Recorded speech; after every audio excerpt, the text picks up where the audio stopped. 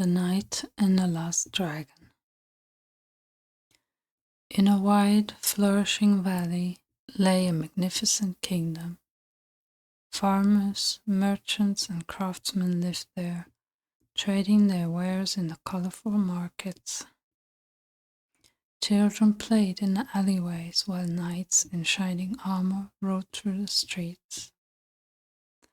One of them was Alric, brave and loyal, always ready for new adventures. But one day, Prince Theodore summoned him to the royal court. Theodore was the eldest son of King Arthur. He was considered meek and far too nice. He himself couldn't hurt a fly and was therefore not trusted with the new office of king. To at least impress his future princess, Prince Theodore had an important task for the night. Find the last dragon in the Fire Mountains and bring me one of its precious glittering scales as proof. Just imagine the princess's amazement when she receives this rare jewel at our wedding, murmured Theodore proudly. Alaric obeyed the prince's order. What else could he do? He had often seen the dragon in the sky, flying over the kingdom and literally touching the clouds with small bursts of fire. But no one knew where it lived. So the knight set off and rode for many days through forests, across meadows, and up to the barren rocks of the Fire Mountains. There were countless caves and craters here. Again and again, hot smoke rose from the crevices. Alaric's search proved to be laborious. The caves were large and meandered deep into the mountains. Every time he entered one of the dark caves, he had to be as careful as if the dragon could come out at any moment and eat him in one bite. But each time, Alaric returned from the cave to daylight disappointed and exhausted. One evening, Alaric sat around the campfire to rest for a while. The moon hung like a lantern in the sky and illuminated the mountains in a bright light. Then Alaric suddenly spotted a cave in the distance that he had never noticed before.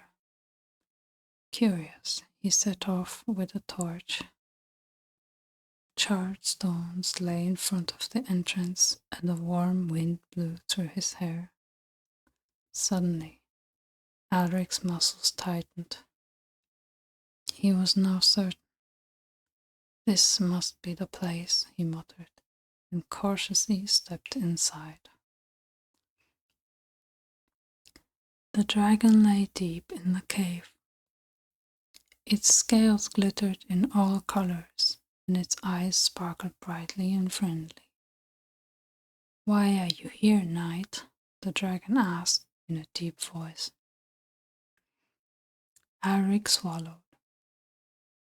"I was sent by the prince to find you." He wanted to say more, but his voice failed him at the sight of this mighty dragon.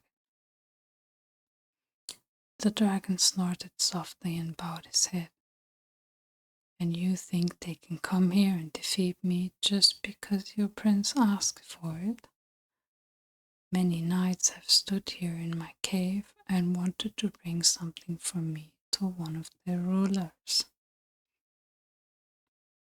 Alaric swallowed and asked in a trembling voice, "And what has become of the other knights?" The dragon snorted louder and scratched the cave floor with its claws. He made a fluid movement and pointed to the dark corner deep inside the cave. In the small light of his small torch, Alaric recognized a tall mountain with shining armor. A helmet with the crest of his kingdom was also visible. So, the prince had already sent someone to you before me? Alric's legs began to shake. Now the dragon lowered his head. Don't worry. I didn't eat her, if that's what you think. I only freed her from the heavy burden of her armor. Alric thought for a moment. He too often found his armor heavy, and the orders he was given were often a great burden because they were difficult to fulfill. Alric looked the dragon in the eye. He thought of the many days of searching, of the stories of terrible beasts, and of the reward he had been promised. But then he saw the gentle, wise creature before him. No, he finally said. I'm not going to try to catch you, but I have an idea how we can put an end to the search for you. Alric told the dragon about the prince, and that he needed the dragon scale as a wedding gift. If you give me a scale, I will tell everyone that I have defeated you, and no one else would have to look for you. The dragon looked at him for a long time. Then he turned away and walked slowly through the cave. It was quite a while before he said anything.